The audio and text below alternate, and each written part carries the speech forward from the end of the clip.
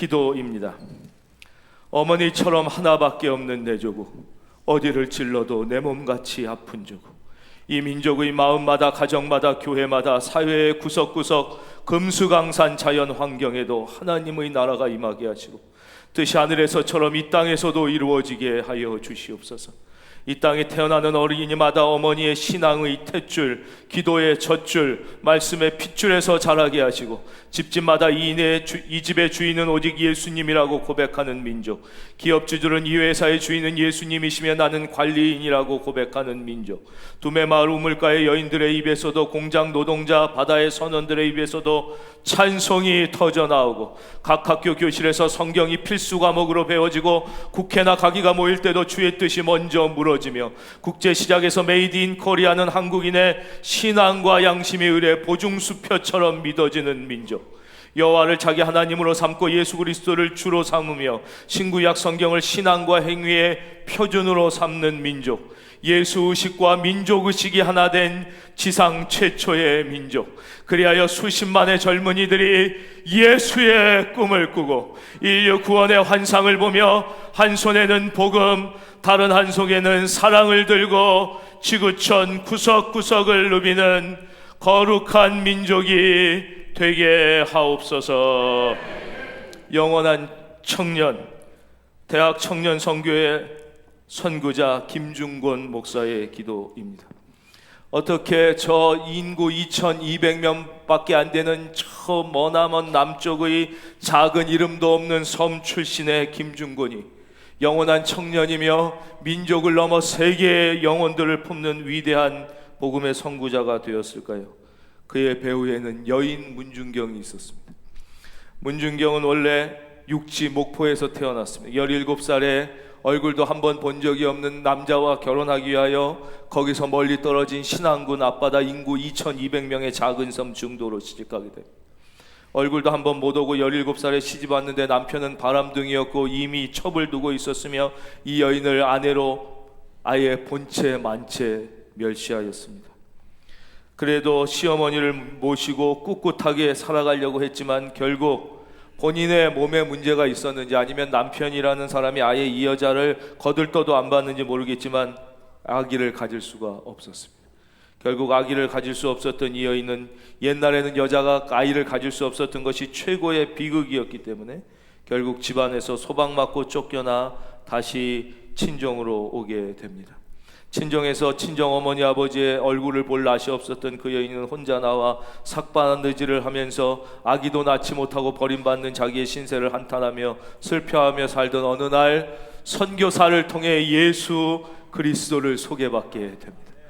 예수 그리스도를, 그 누구라도 예수 그리스도를 믿기만 하면 새로운 생명이 그 속에서 살아나게 되고 예수로 말미암아 새로운 인생을 살게 된다는 그 복음을 듣고 그는 그날 즉시 교회를 찾아갑니다. 마침 그때는 위대한 부흥사 설교자였던 이성복 목사님의 부흥회가 그 교회에서 열리게 되었고 그 말씀을 들을 때 그는 예수 그리스도를 자기가 구주로 고백하면 참 생명을 얻을 뿐만 아니라 그 예수를 소개하여 예수 그리스도를 믿게 하면 그 모든 인생마다 새로운 생명, 진짜 영원한 생명을 얻게 된다는 사실을 깨닫게 돼서 내가 비록 육체로는 아기를 낳을 수 없는 여자이지만 영적으로 새로운 생명을 수없이 잉태하고 낳을 수 있다는 소망을 가지고 자기를 버리고 자기를 멸시하고 자기를 소박줬던 그 섬, 그 증오의 섬 중도로 다시 돌아가 그곳에서 여러 사람들의 가정부, 파출부 그리고 집배원 역할을 스스로 감당하면서 복음을 증거하게 됩니다. 무식했지만 그의 마음에 예수님의 사랑과 열정이 가득했기 때문에 당시 2200명밖에 안 되던 이 작은 섬의 복음은 놀라운 능력을 발휘하여 그 인구의 무려 92%가 예수 그리스도를 믿게 됩니다. 간악한 일제의 핍박 가운데 이분은 신사참배를 하지 않는다고 그래서 끌려갔지만 그 수없는 고문 속에서도 환난과 핍박 중에도 성도는 신앙 지켰네. 여러분, 환난과 핍박이 있습니까? 신앙을 지키시기를 주의 이름으로 축원합니다. 그 찬송을 부르며 견디었습니다. 그는 수많은 사람을 선교하고 전도하고 결국 북한 공산당 6.25 때 이 여자는 수많은 사람을 살렸으니 씨암탉과 같다. 수없는 알을 낳는 날처럼 이 여자가 너무 예수를 많이 믿게 한다는 이유로 이 여인을 총살하게 되고, 이 여인은 그렇게 생애를 마칩니다. 그렇게 사라져간 것 같지만 바로 이 여인의 제자 중에 한 사람이 있었으니 그때 어린 소년 김준곤이었습니다. 그는 인구 2200분이 안 되는 저 외딴 섬에서 그 섬뿐이 모르고 살아가야 할 인생이었지만, 문중경을 통하여 예수를 만남으로 그는 세계를 무대로 민족을 품에 품고 뛸 수 있는 젊은이가 되었습니다. 바로 그 김준곤으로부터 복음을 전해드는 사람이 우리가 잘 아는 사랑의 교회의 옥한음, 온누리교회의 하용조, 할렐루야 교회의 김상복, 남서울 은혜교회의 홍정길, 장로의 신학대학교의 이형기 등 수많은 이 시대와 민족, 소망교회의 김지철 같은 위대한 신앙의 거목들이 바로 이 문중경으로부터, 김준곤으로부터 이어져 내려와 이 민족의 희망의 불꽃으로 복음의 위대한 거목들로 사용되게 된 것입니다. 여러분이 지금 어떠한 상황에 있던 간에 여러분이 예수 그리스도를 구주로 믿고 그 이름을 높이 들고 살면 여러분 세상이 감당할 수 없는 의대의 인생이 되는 줄로 믿습니다. 예수 그리스도, 우리와 동시대를 살고 있는 딴 인물 하나를 소개해 드리겠습니다. 이 여인은 전 세계 1억 4천만 명의 고정 시청자를 사로잡은 토크쇼 오프라 윈프리 쇼의 진행자 오프라 윈프리입니다. 이 여인은 가장 오랫동안 세계에서 가장 존경받는 여인, 세계에서 가장 영향력 있는 여인의 1위를 계속 차지했습니다. 당시 최고로 인기가 많았던 백인 여성 가운데 하나인 빌 클린턴의 아내 힐러리 클린턴이 바로 이 오프라 윈프리 때문에 단 한 번도 1위를 하지 못했죠. 이 여인은 흑인이었고 사생아였고 가난했고 매우 뚱뚱했으며 14살에 아이를 낳은 미혼모였습니다.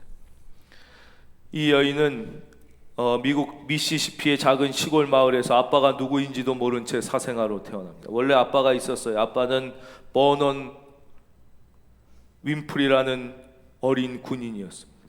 그때 그냥 축가 나왔다가 하룻밤에 불장난으로 아기를 잉태하게 됐는데 그것도 모르고 이 사람은 복귀해서 멀리 떠났고, 그 엄마는 어린 나이에 그 아기를 그냥 낳게 됩니다. 너무 어려서 아기를 혼자 흑인이 키울 수 없었기 때문에 자기 어머니, 아버지, 외할머니, 외할아버지 댁으로 보냅니다. 그러나 외할아버지, 외할머니가 너무 엄해가지고 얘가 거기서 8살이 넘어가자 더 이상 견디지 못해서 다시 친엄마에게 옵니다. 친엄마는 이제 파출부 가정부 일을 하면서 어렵게 살았는데 너무 어렵게 살고 또 자기도 어리고 힘들고 얘를 제대로 돌볼 수가 없게 됐습니다. 오프라 윈프리는 처음 9살 때 삼촌에게 성폭행을 당하게 됩니다. 그 후 친척들로부터, 주변인들로부터 수없이 성폭행을 당하게 됩니다. 결국 친엄마랑도 살 수 없게 된 이 오프라 윈프리는 결국 자신을 버린 친아빠 버넌 윈프리가 있는 곳을 찾아가게 됩니다. 버넌 윈프리 성공해서 잘 살고 있었느냐? 이분은 시골 마을에서 이발소를 하면서 결혼을 해서 살아가고 있었습니다. 그 아빠를 찾아가니까 이 버넌 윈프리가 얼마나 놀랐겠습니까? 자기가 생전 본 적도 없는 사람이 자기 딸이라고 찾아왔어요.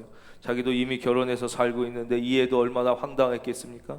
근데 이 아버지가 훌륭한 분이었습니다. 이 아버지가 자기를 찾아온 그 불쌍한 그 오프라 윈프리의 손을 잡고 그 소녀를 만난 첫날 데려간 곳이 있었으니 그곳이 바로 교회였습니다. 그는 자기의 딸을 손을 잡고 교회에 가서 울면서 얘기합니다.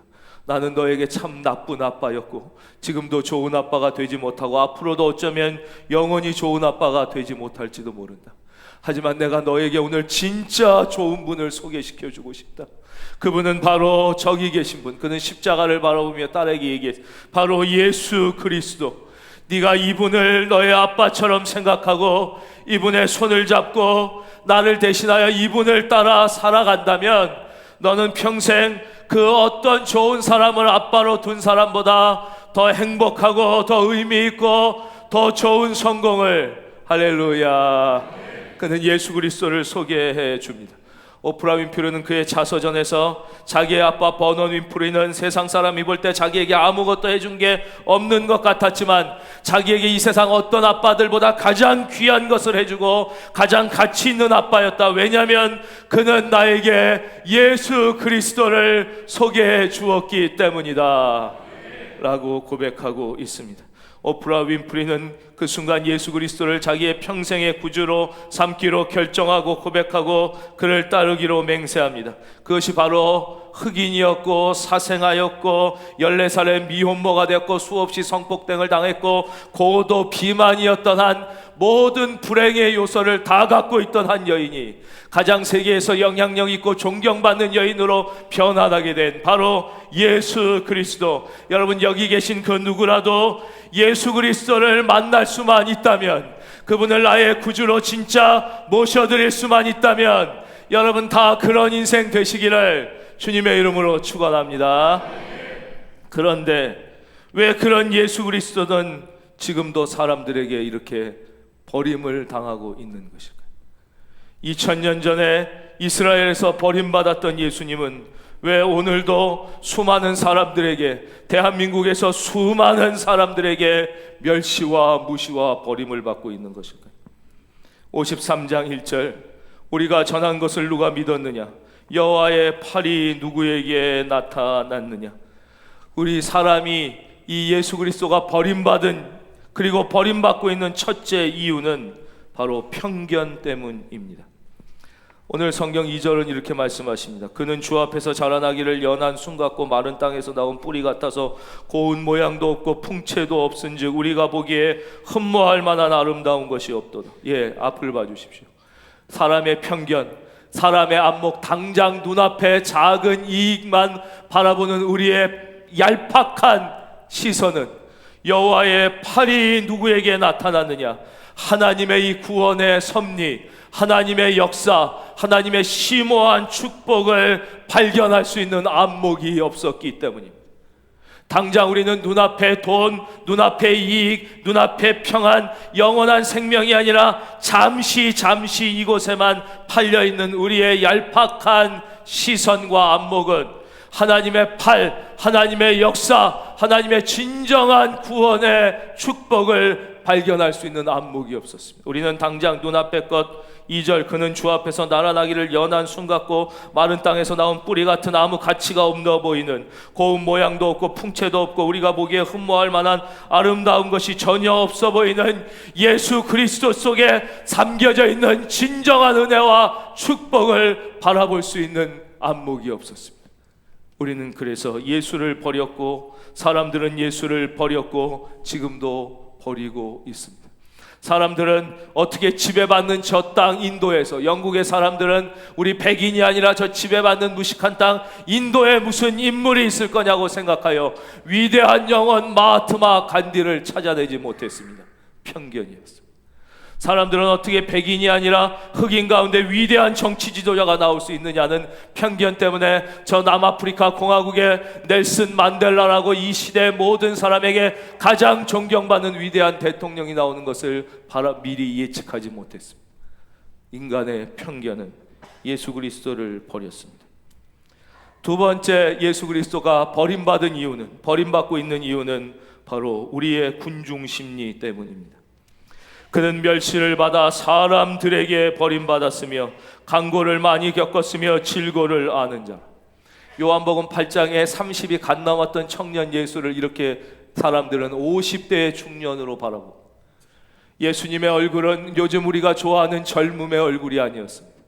그의 얼굴은 수많은 고통을 지고 있는 30 초반의 청년이 50 중반의 인기 없는 얼굴. 군중들은 그런 모습을 싫어했습니다. 군중 심리가 예수를 버렸고 오늘도 버리고 있습니다. 이어령 박사, 한국 최고의 지성 이어령 박사가 쓴 책에 이런 내용이 나옵니다. 모든 식당의 음식이 다 정결하고 깨끗하며 맛이 좋은 것이 아니다. 불결한 위생의 식당도 분명히 있고 아주 맛없는 음식을 내놓는 식당도 있다. 그러나 그렇다고 해서 모든 식당은 절대 가서는 안 된다. 모든 식당의 음식은 다 더럽고 맛없으니 사 먹어서 안 된다고 하는 바보는 이 세상에 없다. 병원에 간다고 다 좋은 의사를 만나서 다 치료받는 것이 아니다. 오진을 하는 병원이 너무나 많고 치료를 잘 못하는 경우도 많고 병원에 가서 병이 낫지 않는 경우도 많다. 그렇다고 해서 병에 걸렸는데 병원에 가면 안 된다, 병원 가면 죽는다고 얘기하는 바보는 없다. 이 땅에 타락한 교회들이 있다. 문제가 많은 교회들이 있다. 사람들에게 멸시받는 교회들이 있다. 그러나 그렇다면 우리는 더 좋은 식당을 찾아가고 더 좋은 병원을 찾아가듯 더 좋은 교회를 찾아가야지. 그렇다고 해서 교회는 잘못됐다, 모든 교회를 가서는 안 된다고 얘기하는 것 같은 바보 같은 사람들은 없어야 하는데 지금 대한민국에는 너무나 많다. 바로 이 군중 심리, 언론과 세상에서 본 잘못된 편견으로 말미암아 물론 존재하지요. 한두 개의 소수의 타락하고 잘못된 교회가 모든 교회이며 봐도 예수 그리스도라고 생각하는 잘못된 군중 심리 때문에 예수 그리스도는 버림을 받았고 오늘도 버림을 받고 있습니다. 그 잘못된 군중 심리의 핵심에는 바로 우리가 있습니다. 3절, 우리도 그를 귀히 여기지 아니하였도다.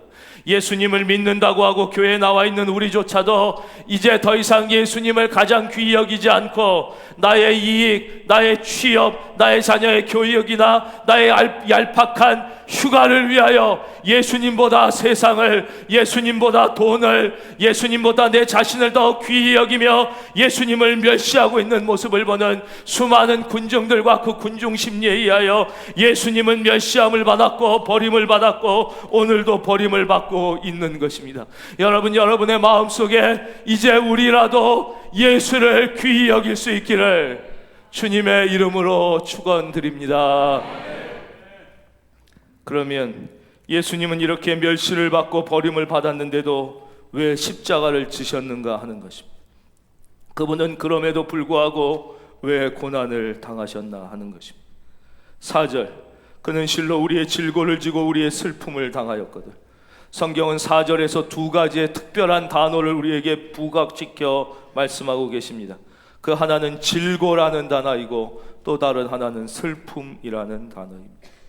질고는 바로 육체의 병을 의미합니다. 슬픔은 바로 마음의 병을 의미합니다. 질고는 육체의 병, 슬픔은 마음의 병. 이 질고와 슬픔, 모든 인간이 피해갈 수 없는 육체의 병과 마음의 병은 하나님을 떠난, 죄로 말미암아 하나님을 떠난 모든 인간들에게 다가오는 필연적 결과입니다. 죄로 말미암아 에덴 동산에서 추방된 아담과 하와, 동생을 죽이는 죄로 말미암아 하나님으로부터 멀어진 카인, 모든 하나님으로부터 멀어진, 죄로 말미암아 하나님으로부터 멀어진 모든 인간 실존이 반드시 예외 없이 경험할 수밖에 없는 육체의 질병과 마음의 병, 바로 이것을 해결하기 위하여, 이것의 문제를, 우리를 이 수많은 마음과 육체의 병에서 치유하기 위하여 예수님은 고난을 받고 하나님께 맞으며 고난을 당하셨습니다. 두 번째 5절 말씀입니다. 그가 찔림은 우리의 허물 때문이요 그가 상함은 우리의 죄악 때문이라. 하나님은 계속해서 이 5절에서 또 두 가지의 특별한 단어를 우리에게 선택적으로 부각해 보여주십니다. 바로 첫째 단어는 허물이요, 두 번째 단어는 죄악입니다. 허물은 죄입니다. 어떤 죄입니까? 우리가 반드시 하지 말아야 하는 것을 하는 죄, 하지 말아야 하는 것을 하는 죄를 허물이라고 얘기합니다. 두 번째 단어 죄악. 죄악은 우리가 반드시 당연히 해야 하는 것임에도 불구하고 하지 않는 죄를 죄악이라고 합니다. 우리는 이 땅을 살아가면서 하지 말아야 하는데도 하는 죄를 너무나 많이 짓는 허물, 그리고 반드시 해야 함에도 불구하고 하지 않고 사는 죄악의 죄를 수없이 지고 있습니다. 바로 그가 찔림은 우리의 허물 때문이요 그가 상함은 우리의 죄악 때문이라. 바로 예수님이 우리에게 멸시를 받고 우리에게 버림을 당했음에도 불구하고 십자가를 지시고 고난을 당하신 두 번째 이유는 바로 우리의 죄, 바로 허물과 죄악 때문입니다. 바로 우리의 이 마음의 병과 육체의 병, 질고와 슬픔에서 우리를 치유하시고, 바로 우리의 허물과 죄악에서 우리를 구원하시기 위하여 예수님은 십자가, 그것이 바로 하나님의 방법, 이 병의 문제와 이 죽음과 죄의 문제를 해결하시고자 하는 하나님의 파격적 방법이 무엇이었냐? 바로 6절입니다. 화면 보겠습니다. 우리는 다 양 같아서 그릇 행하여 각기 제 길로 갔거늘 여호와께서는부터 우리가 다 한 마음 한 입술로 읽겠습니다. 시작. 바로 우리의 이 질병의 문제, 병의 문제와 우리의 이 죄의 문제를 해결하시기 위하여 하나님께서는 우리의 모두의 죄, 나의 죄와 너의 죄와 우리의 죄를 예수님께 담당시키셨고, 그것이 십자가이며 그것이 예수의 고난의 이유이며, 그로 말미암아 우리는 평화를 누리고 그로 말미암아 우리는 나음을 입었고, 믿으시면 아멘. 목사의 언어가 아니라 성도님의 언어로 이 감격을 표현하겠습니다. 세계적인 과학자 김영길 박사는 미 휴스턴 항공우주국, 우리에게 나사라고 알려져 있는 연구소의 책임 연구원이었습니다. 그의 아내는 어느 날 교회를 다니기 시작했습니다. 예수님을 알고자 해서가 아니라 미국에서 사는 게 너무 쓸쓸하고 외로운데 교회 가면 한국 사람들을 만나고 교제하고 위로를 얻을 수 있다고 해서 교회를 갔습니다. 교회를 가서 사람을 만나고 교제하는 가운데 처음에는 들리지 않던 설교가 들리기 시작했고, 그는 결국 예수님을 만나고 믿게 됐습니다. 예수님을 만나고 믿게 되자 너무 좋아서 계속 남편에게 교회 가자고 설득했지만, 남편은 그게 너무 싫어서 놀러 가는 게 좋고 등산 가는 게 좋고 세상 친구 만나는 게 좋은데, 너무 괴로웠지만 가정의 평화를 위해서 또 아내에게 좀 미안해서 자기 혼자 놀러 다니는 게, 이제 아내를 태우고 교회에 가기 시작합니다. 아내를 교회 앞에 내려주고 자기는 차 안에서 계속 기다리고 있다가 아내가 끝나면 다시 태우고 돌아오는 일을 반복했습니다. 근데 차에서 기다리는 것도 하루 이틀이지 1시간 2시간 앉아있는 게 너무 지루한데, 사람들이 와서 인사하면서 아유 김 박사님 어차피 앉아 계실 거 들어와 앉아 계세요. 어차피 앉아 계실 거 여기 들어와서 그냥 앉아 계시면 되잖아요. 그래서 못 이기는 척하고 들어와 앉았습니다. 과학자 중에 과학자, 천재 중에 천재인 그 모든 것을 수치와 두뇌로 계산하던 그에게 십자가 복음, 목사의 설교는 전혀 귀에 들어오지 않았습니다. 그는 계속 고민했습니다. 야, 이런 말 같지도 않은 소리를 내가 언제까지 들어야 되나? 이게 말이 되나? 계속 그러던 어느 날 머리로는 계속 이해가 가지 않았지만, 목사님을 통하여 설교를 듣던 어느 날 그의 마음속에 예수 그리스도가, 그의 마음속에 십자가가, 그의 마음속에 구원이라는 단어가 조금씩 들어오기 시작했습니다. 마침내 성령께서 그의 마음을 두드려 그가 예수 그리스도를 만나던 그날, 그는 이렇게 표현합니다. 우리는 다 죄인이다. 다 죄인이기 때문에 죄인을 구원하기 위해선 죄 없는 누군가가 대신 그 죄를 지고 죽어야만 했고, 죄인을 대신해 죽기 위해서는 반드시 사람이 죽어야만 한다. 하지만 신이신 하나님은 죄인을 위해 대신 죽을 수가 없다. 왜? 그는 사람이 아니니까. 그래서 하나님은 그의 아들 예수를 세상에 보내서 사람이 되게 하셨고, 예수는 인간으로서 나사렛 사람 예수가 나를 위하여 하나님의 아들로서 십자가에 달려 죽은 것이다. 그래서 나는 하나님의 자녀가 됐고 구원받게 된 것이다. 마침내 은혜를 받던 날, 지난주 말씀드렸죠. 경악하게 찬 시자 피터 드러커가 뭐라고 얘기했습니까? 마침내 은혜를 깨닫던 날, 예수 잘 믿는 것이 인생에서 가장 수지 맞는 최고의 경영임을 깨닫게 되었습니다. 바로 김영길 박사가 예수를 구주로 모셔드리는 것이 이 세상에 인간이 선택할 수 있는 가장 지혜로운 일이라는 것을 깨닫게 됐습니다. 그는 이렇게 고백합니다. 아침에 출근하면서 자동차의 핸들을 잡았다. 더 이상 어제의 핸들이 아니었다. 하늘이 어제의 하늘이 아니었다. 바람이 어제의 바람이 아니었다. 연구소에서 만나는 사람이 더 이상 어제의 사람이 아니었다. 여러분에게 오늘 더 이상 어제의 슬픔이 계속되지 않기를, 새로운 놀라운 축복이 경험되는 오늘이 되시기를 주의 이름으로 축원합니다. 드디어 하나님은 우리에게 5절 이제 평화와 이제는 치유라는 단어를 소개해 주십니다. 그가 징계를 받음으로 우리는 평화를 누렸습니다. 그가 채찍에 맞음으로 우리는 나음, 바로 우리는 치유를 받은 것입니다. 예수 그리스도의 십자가로 말미암아 우리의 질고와 슬픔, 육체의 병과 마음의 병에서 우리는 치유, 나음을 받게 되고, 바로 우리의 허물과 죄악이 예수께서 징계를 받음으로 다 용서되어 우리는 평화를, 여러분의 영혼 가운데, 아니 이 땅 가운데, 특별히 이 땅에 슬픔과 좌절과 희망을 잃고 있는 젊은 영혼 2035의 마음속에 이 새로운 평화와 새로운 치유의 은혜가, 그것을 원하고 그들을 포기할 수 없었던 우리 주님은 가장 약하고 연약한 저와 여러분, 우리 큰은혜 교회에 이 사명을 맡기셨고, 우리 큰은혜 교회에 저와 여러분, 우리를 통하여 이 땅의 젊은이들에게 다시 예수의 맥박이 뛰게 되는 그날이 반드시 오게 될 줄로 믿습니다. 그것이 바로 하나님이 우리에게 허락하신 축복이며 소명입니다. 이것이 바로 하나님의 파격적 사랑이며 하나님의 파격적 은혜입니다. 아브라함 링컨을 소개해드리고 말씀을 맺겠습니다. 오늘 교회 여러 번 나오신 분들은 이미 말씀을 잘 아시겠지만, 또 오랜만에 나오신 분들, 새롭게 나오신 분들을 위해 너그럽게 들어주시면 감사하겠습니다. 링컨은 어려서 엄마가 돌아갑니다. 우리가 잘 아는 그 아브라함 링컨, 미국의 제16대 대통령 얘기입니다.